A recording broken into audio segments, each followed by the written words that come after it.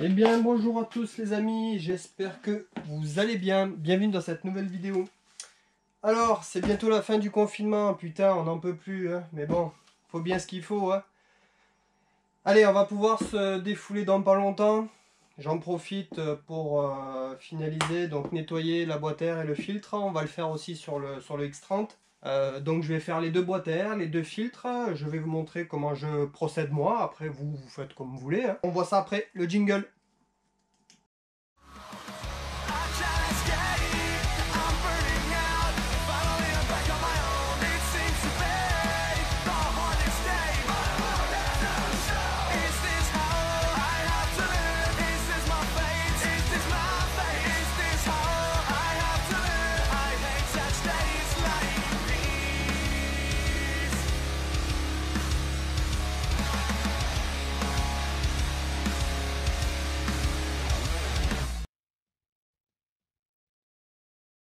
Bon, alors, déjà l'avantage des boîtes à air de ce type, c'est qu'elles peuvent s'ouvrir, vous voyez? Pas celle-ci, donc ça ce sont les anciennes versions des X30, mais pour les nouvelles c'est pareil, donc il n'y a qu'un seul moyen, c'est d'enlever le manchon ici en caoutchouc. Alors c'est un petit peu chiant, mais on y arrive, hein. Alors doucement parce qu'il y a le filtre en mousse juste derrière, voilà. Bah.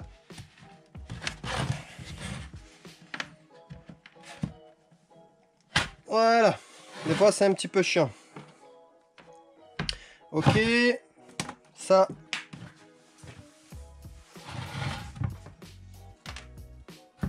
Donc ensuite on enlève les petites grilles. Voilà. C'est bien de tout démonter.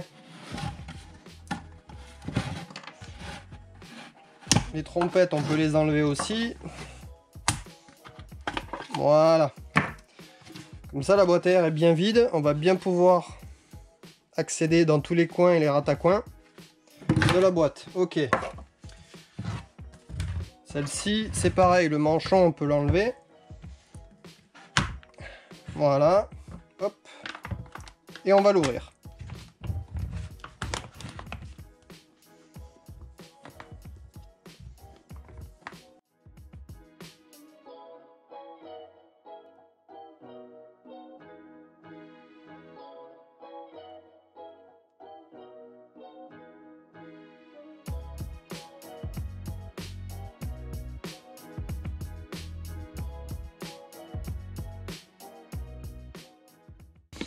Avant de l'ouvrir, vous faites attention aux petites vis. Donc quand vous l'ouvrez, vous regardez votre filtre à air, ça dépend des boîtes à air, mais bien souvent il y a soit des flèches ou soit des inscriptions. Donc là on est bien dans le sens de fonctionnement de la boîte à air, d'accord? Donc là je la tourne et là on peut s'apercevoir qu'il y a une inscription. Ok? Donc c'est bien de le remonter dans le même sens, parce que même si on nettoie tout correctement, il se peut qu'il reste des petits cailloux, des choses comme ça qui sont restés coincés. Le problème c'est que si on le remonte comme ça, l'air passe à travers là et les petites merdes peuvent se détacher et venir dans le moteur. Donc attention à ça. C'est un petit détail, mais j'ai eu réviser des moteurs où le gars avait monté ça à l'envers. Et puis il me le ramène, il me dit le moteur il marche plus trop bien. Et quand j'ai ouvert, j'ai compris. Voilà, il avait avalé une petite merde. Bref, bon, là c'est pas très sale parce que je le fais assez souvent. Alors on me demande souvent combien de temps je fais de roulage avant de nettoyer. Pour du loisir, disons que moi je fais 2-3 sorties. Après je nettoie. Quand je fais des courses, c'est à chaque course. Comme ça au moins c'est nickel. Donc alors on va passer au nettoyage. Donc le nettoyage, moi j'utilise ce type de produit là. Alors vous pouvez le trouver dans diverses marques et magasins. Genre des super dégraissants savon de Marseille. Ça franchement c'est top. C'est vraiment super dégraissant. Bon je sais qu'il y en a qui le font à l'essence, mais bon à l'essence on s'emboucane. Ça bouffe en plus les mousses avec le temps. Bon après vous faites comme vous voulez. Moi je vous montre juste comment je procède. Avec ce type de produit là c'est vraiment tip top. Alors ça c'est valable pour toutes les boîtes à air et tous les filtres hein, d'accord. Alors ça c'est le filtre du KZ. Ça me fait penser un petit peu au filtre KN qu'on trouve ou Piper Cross qu'on trouve sur les certaines motos et certaines bagnoles. Et ça, c'est le filtre mousse du X30. Donc première étape déjà, c'est de pulvériser ça, les deux faces, intérieur, extérieur, etc. avec le produit. On laisse agir comme il faut. Du temps, on peut nettoyer donc les boîtes à air intérieur, extérieur, etc. Et ça, c'est bien de le faire avec des genres de pinceaux comme ça. Donc ça, c'est un pinceau de peintre type radiateur. Franchement, c'est le top pour aller bien nettoyer dans les coins, les rats-à-coins, etc. Comme ça, ça c'est vraiment pas mal. Les petits pinceaux aussi, c'est bien parce que des fois, les tulipes de boîte à air, des fois, elles sont un peu chiantes à enlever. Alors, je m'emmerde pas à les enlever. Je nettoie au maximum en faisant rentrer le pinceau dedans comme ça. Et puis, ça va très bien, quoi. Bon, allez, on passe à l'action.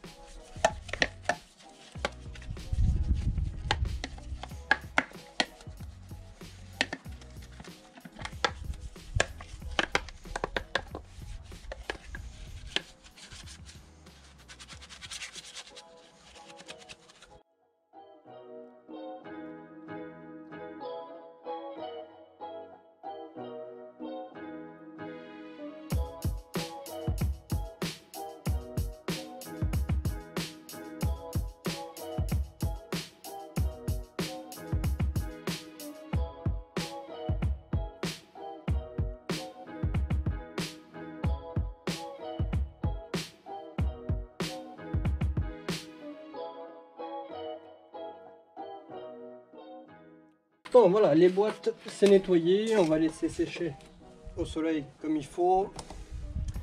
Donc là, j'ai préparé une bassine d'eau chaude. On va laisser tremper les filtres dedans. Donc là, ils sont imbibés de produit. Ça va faire plusieurs minutes. Et pourquoi de l'eau chaude? Parce que ça permet de bien nettoyer les filtres de tout ce qui est corps gras, huile, graisse et autres produits qu'il peut y avoir dessus. Donc je le mets dedans. Et moi, je laisse agir, enfin du moins je laisse tremper pendant plusieurs minutes. Et puis on va rincer à l'eau claire tout simplement. Ça va faire environ 10 minutes que c'est dedans, donc l'eau a déjà eu le temps de refroidir un petit peu. Donc on essore déjà. Et on rince tout ça à l'eau claire.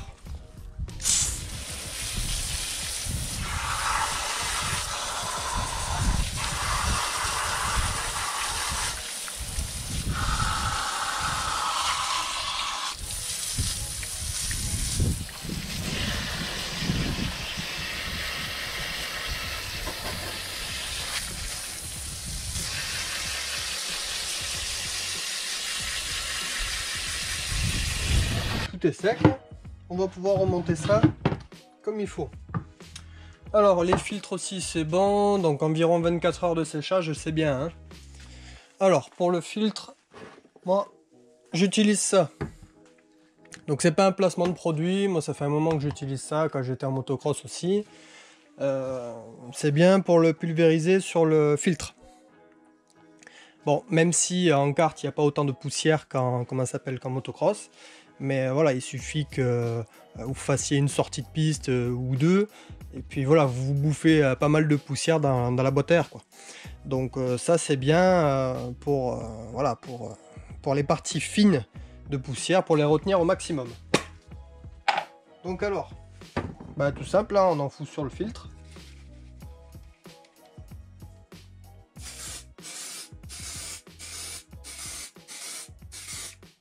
Voilà, ça sert à rien d'en mettre 3 tonnes, on fait les deux faces.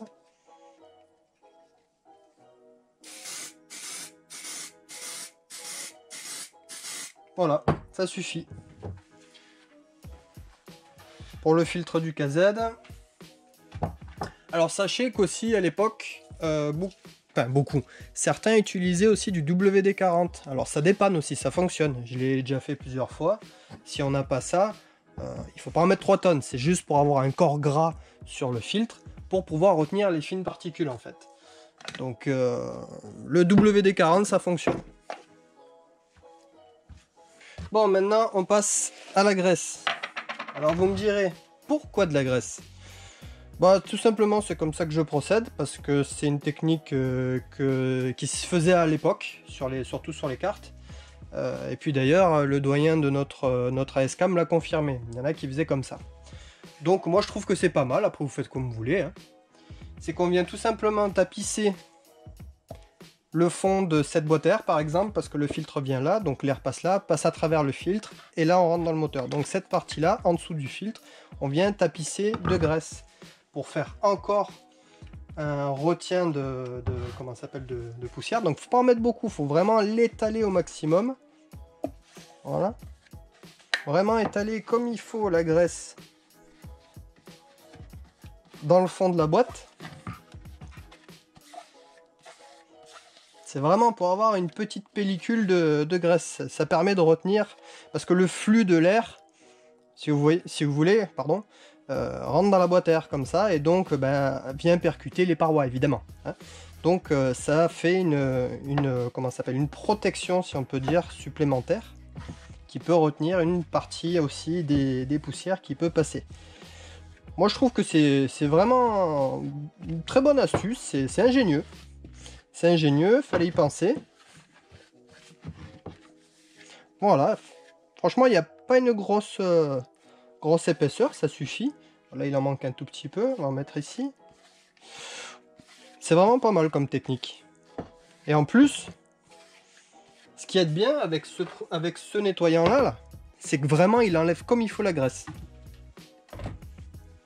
Donc du coup, voilà, on tapisse bien.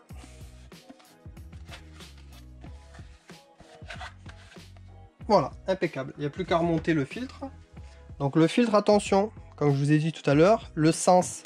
Donc là, l'écriture dans le sens de la boîte à air, tout simplement. Parce qu'il peut y avoir des petits cailloux, par exemple, qui sont coincés dans les petits coins, qui peuvent se décoincer au moment que le carte tourne et puis aspiré par le moteur. Donc c'est pas terrible, d'accord? Faut mieux faire attention quand on démonte. Donc on met bien en place dans ce logement. Ok. Et on vient remonter le couvercle. Petite astuce pour remettre le manchon. On plie ici et on rabat les bords. Comme ceci. D'accord? On vient l'introduire, on vient mettre dans l'encoche.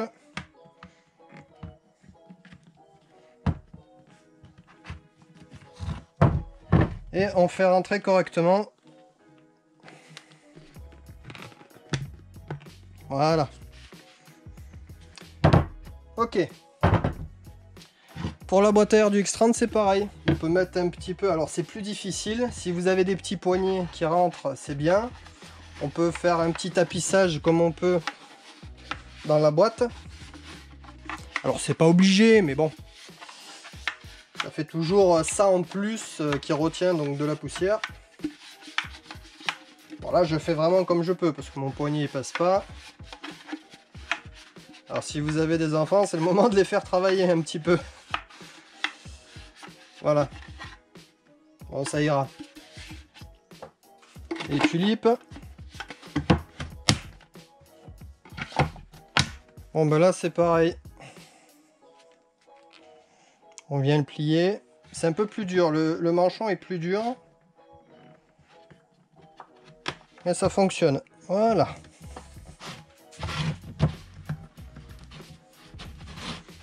Hop. Et hop, voilà, les deux boîtes à air sont prêtes. Un petit coup de D40 dessus pour les nettoyer et les faire briller. Hop.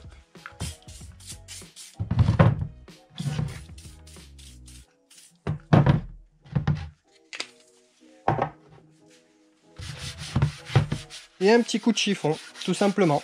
Voilà. boîte à air propre à l'intérieur et à l'extérieur. Voilà les amis, donc si la vidéo t'a plu, tu me mets un petit pouce bleu, ça me fait plaisir. Un petit commentaire aussi pour me dire ce que tu en penses. Si tu as une autre astuce à partager, c'est bien aussi. Et puis moi je te dis à très bientôt pour une nouvelle vidéo. Bye bye.